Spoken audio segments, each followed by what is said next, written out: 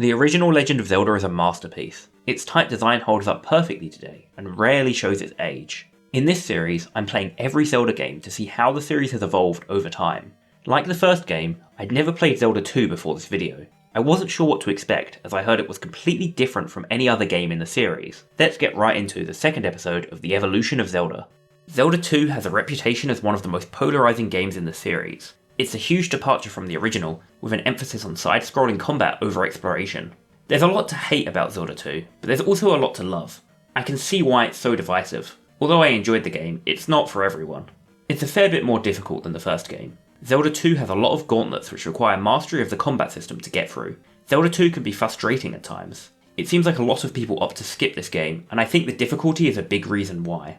Zelda II may be an outlier in the series, but I think that still tells us a lot about the developers. Zelda isn't afraid to reinvent itself or try out new ideas. The departure from the first game is also a sign that the series didn't have a strong identity yet. It wasn't clear which elements to carry forward into the next game, and which to leave behind. I'm not going to list every difference between Zelda 1 and 2, or I'd be here for hours. Instead, I'm going to summarise some of the key differences which stuck out to me. Firstly, the music takes on a moodier tone than the original. The music of Zelda 1 is iconic. It's simple and it's catchy. It has a triumphant atmosphere that sets the tone for the adventure. Zelda 2's music feels more cluttered and sometimes oppressive. I don't think the music is bad, but it's a different tone to the first game. The biggest difference though is undoubtedly the combat. Instead of the top-down combat of the first game, Zelda 2 has side-scrolling combat. It feels more Castlevania than Zelda, and it's given a much larger focus this time around. There is still an overworld, but it mostly exists just to get you from place to place. Instead of puzzles and detailed exploration, most of the challenge of navigating the world is random encounters. These random encounters take you to a short side-scrolling level which you need to escape to continue travelling. In Zelda 1, the overworld gameplay was almost identical to the dungeon gameplay, which helped to create a seamless experience. In Zelda 2, the overworld and combat are completely different. This makes for a more segmented and less cohesive feel. With the reduced emphasis on the overworld comes more linearity. Although there are areas you can get to early, it's always pushing you to play the game in a specific order. Unlike the first game, Zelda 2 is always telling you where to go next. Items are mostly passive now, either unlocking new areas or giving permanent upgrades. For example, the candle now always lights up dark caves and doesn't need to be actively used.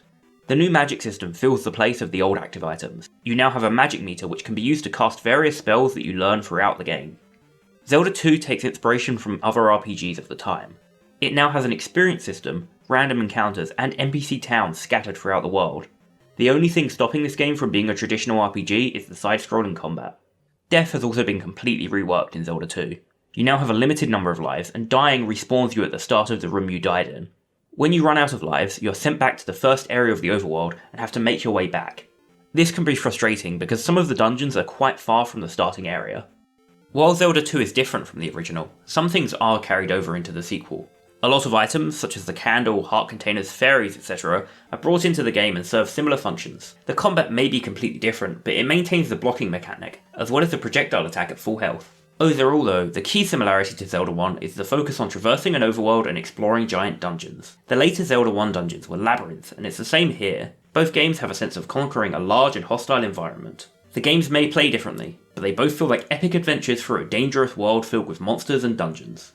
As I mentioned earlier, Zelda 2 incorporates traditional RPG mechanics into its gameplay. There's now an XP system allowing you to level up, increasing your damage, health, or magic stats.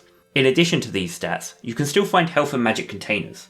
The stats increase how much health or magic a single segment of the bar represents, while the containers increase the number of segments within the bar. I didn't need to grind at any point, and although I was a couple of levels off max at endgame, it didn't feel too hard without those levels. The XP mechanic in this game has a couple of quirks that I wasn't expecting. Firstly, when you game over, you lose all of the experience earned towards the next level. This can add tension if you're close to leveling up, but mostly it's just a frustrating mechanic. I mentioned that I didn't need to grind, but if you die a lot while close to leveling up, you might have to. Another weird thing about the experience system in this game is that reaching the end of a dungeon automatically levels you up to the next level. This means if you finish a dungeon while you're 200 XP away from leveling, you get 200 XP, but if you're 3000 XP away from leveling, you get 3000 XP. The free level is a nice reward, but it not being a flat amount of XP makes it sometimes feel bad if you are already close to the next level. I'm sure you could game this system by making sure that you only enter the last room of a dungeon when you're as close to the start of a level as possible. Despite the game now featuring a leveling mechanic, you can't easily overlevel yourself to cheese fights. The game will be difficult unless you master the combat. The combat of Zelda II is given a bigger focus than in the original. It's clearly the core of the game. As I mentioned, the game has side-scrolling combat, which will be familiar to you if you've played a side-scrolling action game before. A core mechanic that sets Zelda II apart is its high-low blocking and attacking system. Like the first game, you can use your shield to block, but you can now block most attacks rather than just ranged attacks. To block a low attack, you need to hold down to crouch. To block a high attack, you need to be standing up. Many enemies also block in the same way. This makes killing enemies a game of trying to learn their patterns to figure out where you can sneak in an attack, while also defending against their attacks. This mechanic is surprisingly deep and is explored fully throughout the game. At the beginning, enemies attack slowly and take a long time to change blocking height, which allows you to learn the mechanic. As the game goes on, enemies attack much faster and become much better at blocking. It's satisfying to master this mechanic and learn to defeat previously difficult enemies without taking a single hit.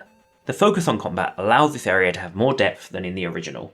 Alongside this focus on combat, each enemy is well designed to feel unique. Each enemy type has slightly different attack patterns and properties. You'll need to figure out a strategy to deal with each one. It creates a dynamic where when a new enemy is introduced, it's difficult, but as you figure out how to defeat it, it slowly becomes much easier. Bosses are now more like normal fights rather than puzzles. For the most part they are easy, but there's a few bosses that really test your mechanical skill. The requirement to master this combat system creates a steep learning curve. Expect to die a lot. An entirely new mechanic in Zelda 2 is the magic system. Throughout the game you learn a variety of spells that you can spend your magic bar to use. Some of these are just used for puzzles, but a lot of them have practical use. There's an enjoyable aspect of resource management in the system. Each spell gives you a special effect for the current screen. The jump and fairy spells are useful for getting past platforming challenges easier. The shield spell reduces incoming damage for a low cost and is always worth casting if you think you're going to take a few hits. The life spell restores your health, but it's very expensive for how little life it restores. It's almost always better to prevent damage preemptively with the shield spell than it is to restore it afterwards with the life spell. Those were the main spells I used, but there are a few more that I didn't find much use for. Managing the magic meter is a fun layer of decision making, which works well with the overall combat. It feels like a tightly designed and complete system. Overall, Zelda 2 has a much bigger focus on combat. While other areas of the game have suffered because of this, it succeeds in crafting a deep and satisfying combat system. That said, the combat makes up the majority of gameplay, so it can get tedious after a while. I can see why it would turn some people off, especially if they're not too interested in the combat to begin with. A big part of Zelda 1 was exploring the overworld. It's given much less importance in the sequel. Instead of fighting enemies in the overworld, there are now random encounters which pull you into a side-scrolling combat section. These encounters are short, but it's always the same encounter in a given location, which makes them repetitive. The encounter rate also feels quite high. These random encounters make exploring the overworld a tedious affair, especially compared to the original. Outside of a single area, the overworld usually has you walking in a direct path to your destination. New to this game are towns full of NPCs. While these towns are primitive by today's standards, they're a clear evolution on the NPCs of Zelda 1. The towns give the different areas of the world some character, and some of them even have named NPCs you can speak to. There's not much else to talk about with the overworld in this game. It's a clear downgrade from the original, and it now serves a mostly utilitarian purpose. The dungeons in Zelda 2 are called palaces. The name doesn't make a lot of sense, but it seems like the original Japanese name was closer to temple, and the name was changed to avoid any religious connotation. Initially, I thought the side-scrolling gameplay would limit how maze-like and expansive these palaces could be, but I couldn't have been more wrong. The palaces contain elevators giving them multiple levels and leading to a tree of branching paths. I think the layouts are actually more complex than the original game. Navigating these dungeons is no easy task. Exploring dungeons in this game is just as fun as it was in the original. They take a long time and it really feels like you've conquered them once you reach the end. Each palace will often contain a similar set of rooms with slight variations on the layout and enemy placement. This helps to give each dungeon its own identity separate from the others.